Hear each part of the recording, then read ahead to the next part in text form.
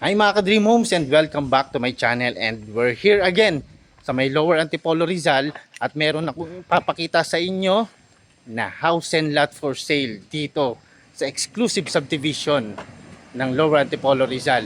So before we start, please don't forget to click like, subscribe and hit the notification bell para updated ka sa mga bagong video na i-upload ko. So tara, simulan na natin yung house tour.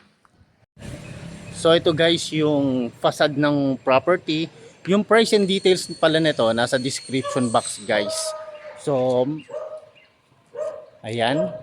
So makikita nyo yung frontage niya is nasa 16 meters. So yan, and then may makikita kayo dito guys na pwede nyo siyang gawing garden area. Ito yan, itong space na to. And then dito naman sa may left side, nandito naman ang inyong 2-car garage.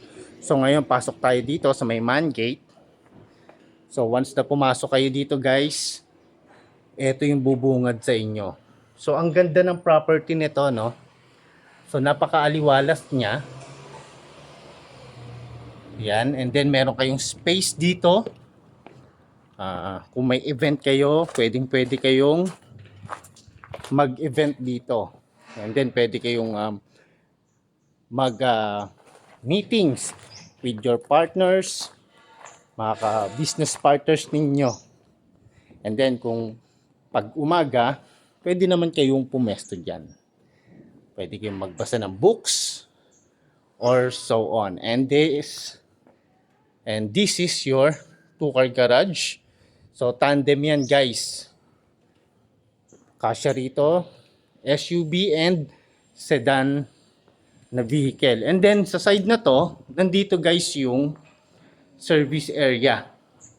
And then sa right side, may makita kayong pintuan dyan. Dito naman yung maid's room. And ito naman yung kanyang toilet and bath. Alright, so proceed tayo dito sa may likod ng property. So dito maganda rito guys, ang laki ng space. So ito siya. Another extension for your event area guys. And then ito raw, pwede nyo tong gawing pool area. Itong space na yan. So yan, and then meron kayong makikita rito nasa side. Pwede nyo siyang gawing garden. And then merong sliding door dyan. Access yan papunta sa inyong dining area and kitchen area. So meron pang space dito guys. Dito naman, dito nyo ilalagay yung mga sinampay ninyo. And kung may mga gamit kayo na hindi masyadong ginagalaw. So ito yung likod ng property guys. Ang ganda ng bahay nito guys, lalo na kapag pasok natin sa loob ng property. So ngayon, diretso tayo guys sa may main door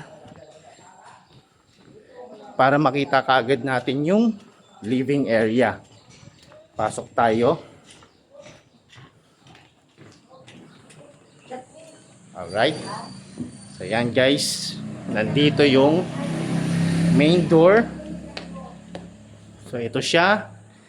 Meron kang huge door dyan. Naka-open na eh. Tignan natin. So ito siya.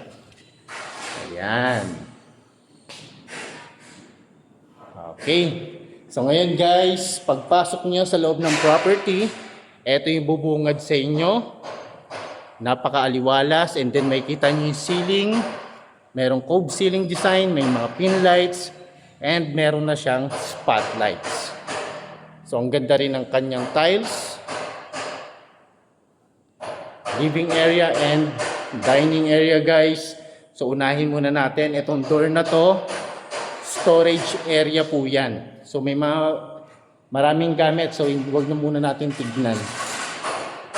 And then ito naman is your powder room. So this is your powder room. And makikita nyo guys, meron siyang dalawang split type of aircon. So ngayon, proceed tayo guys dito sa may main kitchen. So sa main kitchen guys, ang laki. Ang laki ng space nyo.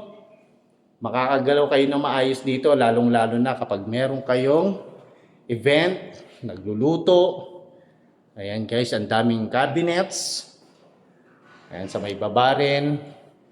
Merong range hood, cooktop, and ang ganda guys ng lights, yung hang lights. And meron kayong island countertop. So nandito naman yung sink ninyo guys. So this is your sink. So yan. And then pwede nyo lagyan to ng 3 chairs for your breakfast nook. So ito siya. And then dito naman yung dining area. Kasya rito guys, 6 seaters of dining table. So ito yung tinuro ko kanina sa inyo na sliding door. Access yan dito sa likod ng inyong property. So yan. And then nandun pala yung space for your fridge. So yan. Ayan yung space. And then may door dito. Access yan dito sa dirty kitchen. Alright.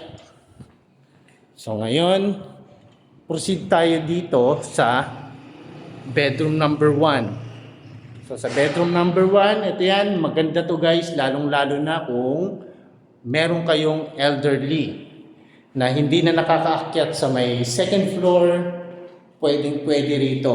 Or pwede nyo rin itong gawing guest room. Ang laki ng space.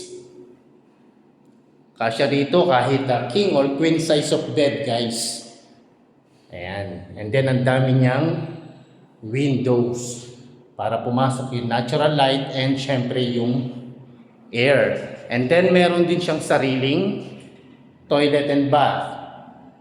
So ito siya. Meron na rin siyang his and her sink. Meron na rin toilet and ito naman ang kanyang shower space.